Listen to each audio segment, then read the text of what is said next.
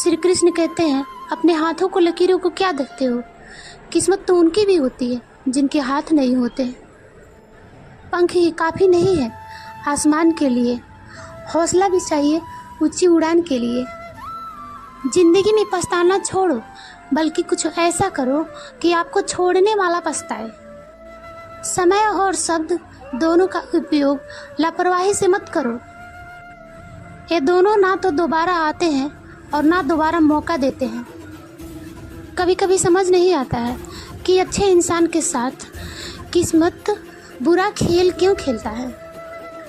कितनी अफसोस की बात है कि जब कहीं वफादारी की जिक्र होती है तो हम इंसान कुत्तों की मिसाल देते हैं। करेले से कड़वे लोग मुसीबत में अक्सर काम आ जाते हैं और शक्कर से मीठे लोग वक्त पर अक्सर धोखा दे जाते हैं। जिन्हें आपके दर्द का एहसास ना हो उनसे शिकायत करना बिल्कुल बेकार है।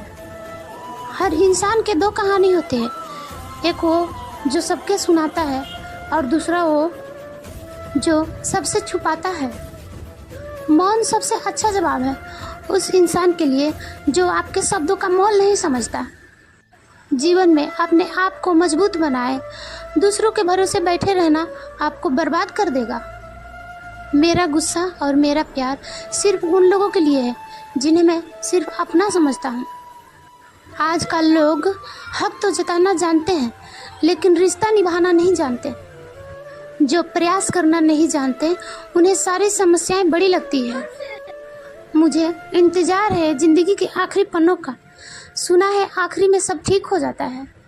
श्री कृष्ण कहते हैं, आप किसी को भी अपनी ज़िंदगी का हिस्सा मत बनाइए, क्योंकि जब वो इंसान बदलता है तो आप उससे नफरत नहीं करते बल्कि आप अपने आप से नफरत करने लगते हैं। बात बात पर गुस्सा करने वाले लोग वही होते हैं जिन्हें खुद से ज़्यादा किसी और की फिक्र रहती है। पता नहीं क्यों छोड़कर चले जाते हैं वो लोग जिन्हें हम जिंदगी समझकर खोना नहीं चाहते। दोस्त वो होता है जिनके साथ बातें खुलकर की जा सके, ना कि संभल कर। तन्हा, उदासी और बेचैनी इंसान को तभी होती है जब वो खुद के लिए कम और दूसरों के लिए अधिक सोचता है। संयम रखना जिंदगी के सामने रोने से कई गुना बेहतर है। लोग कहते हैं कि दर्द बताने से कम होता है, मगर यहाँ जिसे भी अपना दर्द बताओ वही लोग मजे लेते हैं। सबको अच्छा समझ लेना, बस यही सबसे बुरी आदत है मेरी। आपके पास बस पैसा होनी चाहिए, क्योंकि यहाँ भावनाओं को कोई कदर नहीं है। जीवन में सबसे बड़ी खुशी मुझे उस काम को करने में होती है जिन्हें लोग कहते हैं आपसे नहीं हो सकती। मुझे परवाह नहीं है कि लोग क्या कहते हैं। मुझे नजरें खुद से मिलाती हैं, लोगों से नहीं, क्योंकि मुझे पता है कि मैं सही हूँ और ईश्वर को भी पता है कि मैं सही हूँ। तो फिर लोगों से मुझे क्या करना। दर्द सहने वाला ही जानता है कि दर्द कितना है। आज के ज़माने में ज़्यादा अच्छा होना बिल्कुल बुरी बात है। यदि गिराने वाले अपने हैं तो उठने में बहुत वक्त लगता है। आज के ज़माने में लोग आपकी कद्र तब करते हैं जब उनकी ज़रूरत होती है। खुश रहना सीख लो, इससे पहले कि उदास रहना आपकी आदत बन जाए। आदमी बड़ा हो या छोटा कोई फर्क नहीं पड़ता, उसकी कहानी बड़ी होनी चाहिए। एक बात हमेशा याद रखना, दुनिया की कोई भी परेशानी आपकी हिम्मत से बड़ी नहीं हो सकती। चुप रहना अच्छा होता है, लेकिन जब आपके साथ अन्याय होता है तो आपको बोलना जरूरी होता है। झुकना अच्छी बात है, लेकिन वहाँ रुक जाओ जहाँ बार बार झुकना पड़े। जिंदगी हमेशा एक नया मौका देती है, सरल शब्दों में इसे आज कहते हैं। जिंदगी में लक्ष्य पर पहुंचने से पहले अपने दिमाग को लक्ष्य पर पहुंचाना पड़ता है। गिरना भी जरूरी है, इससे हमारी मेहनत की पहचान होती है। एक बात हमेशा याद रखना, अपने लक्ष्य के बारे में कभी किसी को मत बताना। दूर रहना है मुझे उन सब से जो मेरे साथ होकर भी मेरे साथ नहीं रहते। जो तुम्हारा मूल्य ना समझे उसके सामने जबरदस्ती अपना प्रेम मत दिखाओ। मुझे किसी के बदल जाने का कोई गम नहीं है, बस कोई था जिससे ये उम्मीद नहीं थी। झूठ सुनने में मज़ा तब आता है जब सच पहले से पता हो। आपके इरादे इतने कमज़ोर नहीं होने चाहिए कि लोगों के बातों में आकर टूट जाए। श्री कृष्ण कहते हैं कि जगह जगह पर प्रयास करने से अच्छा है एक ही लक्ष्य पर कड़ी मेहनत और लगन के साथ काम किया जाए। देखना, आपको सफलता अवश्य मिलेगी। अच्छे लोगों को हमारे ज़िंदगी में आना हमारी किस्मत होती है और उन्हें संभाल कर रखना हमारा हुनर होता है। काटना, पीसना और निचोड़े जाना, वो भी अंतिम बूंद तक।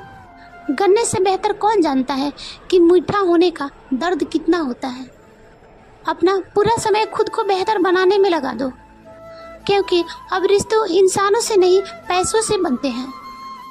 ये दुनिया है, ये तो सताती रहेगी, आप बस मुस्कुराते रहिए। सब कुछ जानते हुए भी अगर आप गलत को गलत नहीं कह सकते तो आप अपने हक के लिए कभी नहीं लड़ सकते। हम टूटे हुए लोग हैं, हम बोलना नहीं चुप रहना पसंद करते हैं।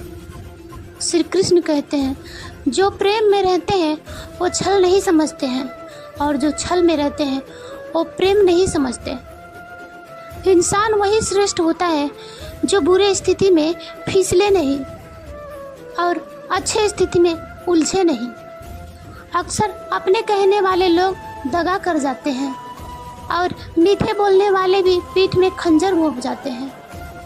जो अपने के सताए होते हैं, अपनों से ठुकराए होते हैं, वो बहुत कठोर हो जाते हैं। श्री कृष्ण कहते हैं लौटते तो वो लोग हैं जो रूठ कर चले जाते हैं, टूट कर जाने वाला कभी लौट कर नहीं आता। कुछ लोग हमारे दिल रोज़ दुखाते हैं, लेकिन फिर भी हम उनसे बातें करके खुश हो जाते हैं, क्योंकि वो ना छोड़ने वाले होते हैं और ना उनके साथ रहने वाले होते हैं। क्योंकि कुछ मजबूरियां ही ऐसी होती हैं कि झेलना पड़ता है। हमारे पापा कहते हैं बेटा तुम बड़े होकर क्या करोगे। मैं पापा के पूछे जाने के सवालों से मैं चौंक गई। मैं 1 मिनट रुककर बहुत ही हल्के स्वर में बोली, पापा आप जानते हो कि मैं पढ़ाई में सबसे बेहतर रहा हूँ शुरू से। मैं अपने पढ़ाई और किसी भी बात को लेकर ढिलाई नहीं करता हूँ। मैं हमेशा पूरी लगन और मेहनत के साथ करती आई हूँ और आपको ये बात अच्छी से पता है, फिर भी ना जाने क्यों परिस्थितियाँ मेरे विपरीत रहती है। मैं आज तक इस बात को नहीं समझ पाई हूँ और ऐसा लगता है कि मैं इन सब से कभी नहीं उभर पाऊँगी। मैं हमेशा से घर के काम और पढ़ाई में भी बहुत समझदार एवं चिंतित रहती हूँ, लेकिन फिर भी ऐसा क्या था जो मुझे आगे बढ़ने से रोक रहा था। आखिर क्यों मेरे जीवन सफलता से कोसों दूर था।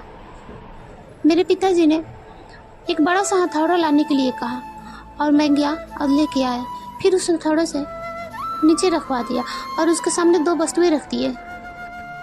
जो सबसे पहले वस्तु थी वो एक चमड़े की पॉल थी और दूसरी वस्तु कपड़े की मोटली और तीसरी सबसे आखिरी वाली साधारण बॉल थी।